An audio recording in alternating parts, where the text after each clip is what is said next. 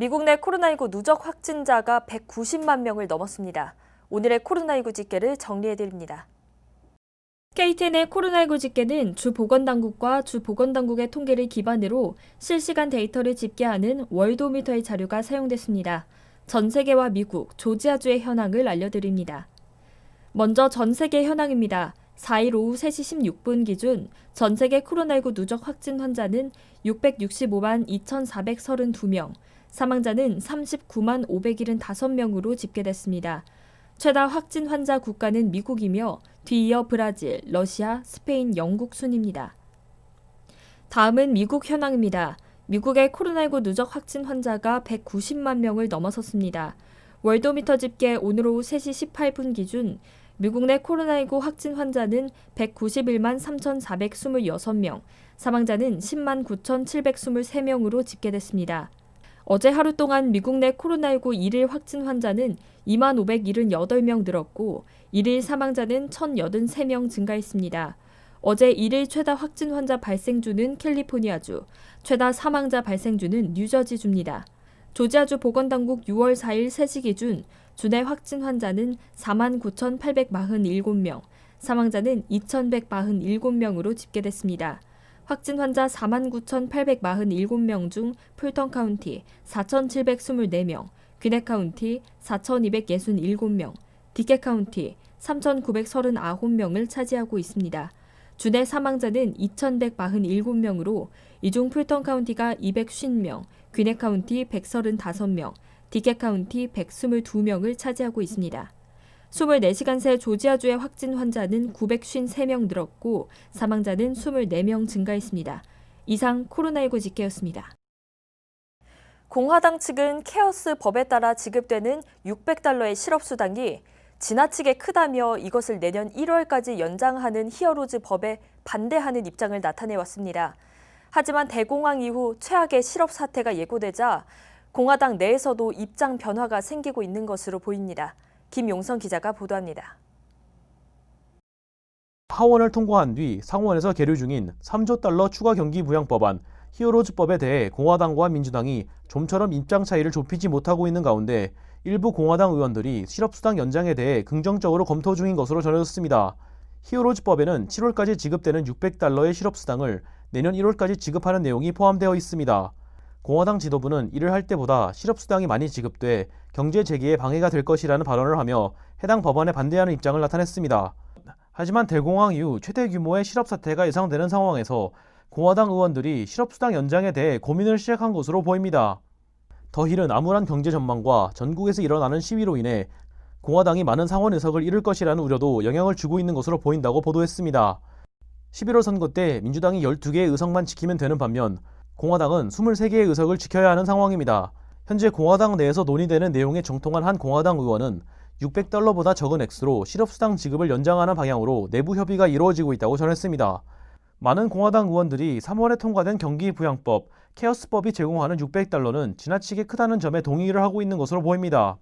한 공화당 의원은 실업수당 수령을 중단하고 직장에 복귀하는 사람들에게 매주 $450를 지급하는 내용을 발의했으나 다른 의원들이 해당 내용을 사람들을 직장에 복귀시키기 위해서 돈을 주는 것이라고 말하며 반대하는 입장을 나타냈습니다. KTN 뉴스 김용성입니다. 연방이민서비스국 USCIS가 오늘인 4일부터 대면 이민 업무 서비스를 재개했습니다. 연방이민서비스국은 홈페이지를 통해 연방질병통제예방센터의 지침에 따라 사회적 거리 두기를 준수하기 위해 이민 수속자의 인터뷰 횟수를 줄이고 대기실의 대기 인원을 최소화한다고 밝혔습니다. 또한 대기 시간은 15분을 넘지 않도록 할 예정입니다. 연방이민서비스국 애틀랜타 사무소의 경우 월요일부터 금요일까지 오전 7시부터 오후 3시 30분까지 운영됩니다. 단 사무소 방문을 위해서는 예약을 해줄 것을 당부했습니다. 한편 연방이민서비스국은 코로나19 팬데믹으로 인해 지난 3월 18일부터 이민국 사무소를 폐쇄하고 대면 이민 업무를 중단해왔습니다. 6월 9일 조지아 프라이머리가 다가오는 상황에서 차기 귀넷 의장에 대한 관심이 모이고 있습니다. KTN 취재진은 민주당 커트 톰슨 후보와 만나 인터뷰를 진행했습니다. 김용성 기자입니다. 샬럿 내시 현 귀넷 의장이 차기 선거 불출마를 선언한 상황에서 차기 귀넷 의장에 대한 관심이 모아지고 있습니다. KTN 취재진은 귀넷 의장 후보 중 한 명인 민주당 커트 톰슨 후보를 만나 인터뷰를 진행했습니다. 톰슨 후보는 주 상원의원으로 14년, 주 하원의원으로 2년을 활동했습니다. 톰슨 후보는 자신이 다양한 인종이 거주하는 지구를 오랫동안 대표해왔으며 귀넷 카운티가 인종의 다양성을 포용해야 한다고 말했습니다. Should be embracing it and letting the fact that Gwinnett is a vibrant international community where there are 120 languages spoken be something that we're proud of, something that we market, something that we cultivate. 톰슨 후보는 자신의 캠페인의 세 가지 핵심이 대중교통 개선, 주택 문제 개선, 인종 다양성 포용이라고 전했습니다. 톰슨 후보는 최근 미 전역에서 일어나는 시위에 대해서 구조적인 악습에 대해 분노하는 것도 중요하지만 실질적인 변화를 이끌어내는 것이 중요하다고 말했습니다. That energy and that attention of all those young people who are out protesting and older people who are out protesting on how do we make change? Not how do we just express our anger, but how do we make change? 톰슨 후보는 또한 귀넷 카운티에서 287G 프로그램 퇴출을 추진할 것이라고 말했습니다. 그는 만약 퇴출하지 못하더라도 최소한 해당 프로그램이 카운티 예산을 사용할 수 없도록 할 것이라고 말했습니다. 그는 마지막으로 한인사회에게 투표의 중요성을 강조하며 카운티 전체에 한인들의 의견을 반영할 수 있는 후보를 뽑아야 한다고 말했습니다. But the real responsibility of Korean Americans in this time is to vote, and to vote for someone not just who will, show up at your festivals, but who will give you a seat at the table. Someone who's going to include you in the decisions that we make as a county. KTN 뉴스 김용성입니다. 귀넷 카운티 슈퍼리어 법원 판사 자리를 놓고 재선에 도전하는 캐서린 슈레이더 판사가 한인 기자들과 간담회를 열었습니다. 이날 간담회에는 슈퍼리어 법원 판사에 도전했던 제이슨 박 변호사가 함께하며 지지 의사를 나타냈습니다. 스티븐 기자입니다.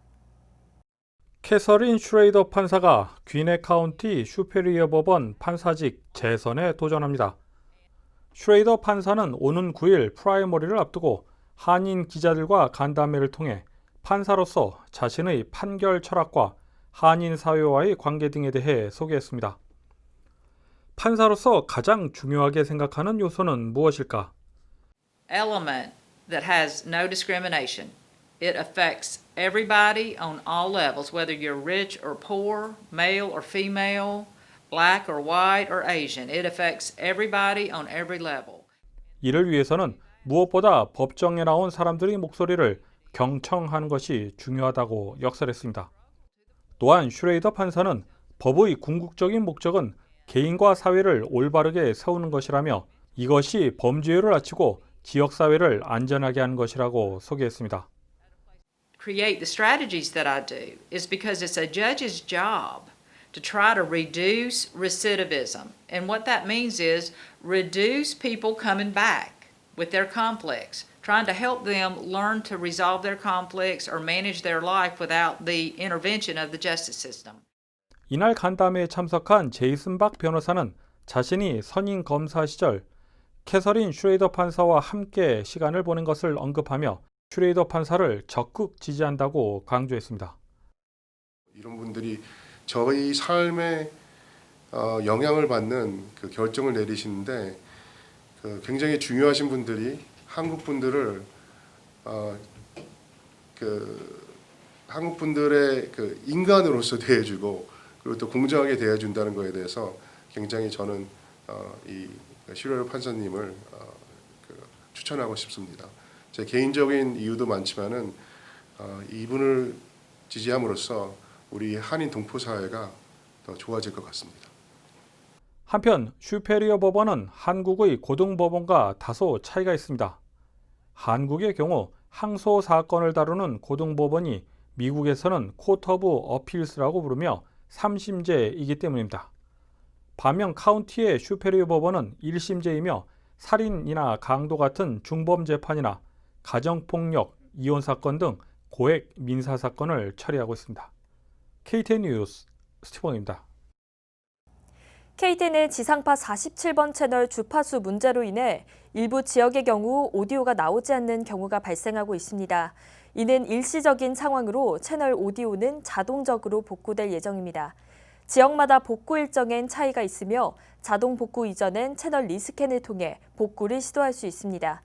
47번 채널 관계자는 기술적인 부분을 업데이트해 이를 해결하겠다고 KTN 측에 전달했습니다.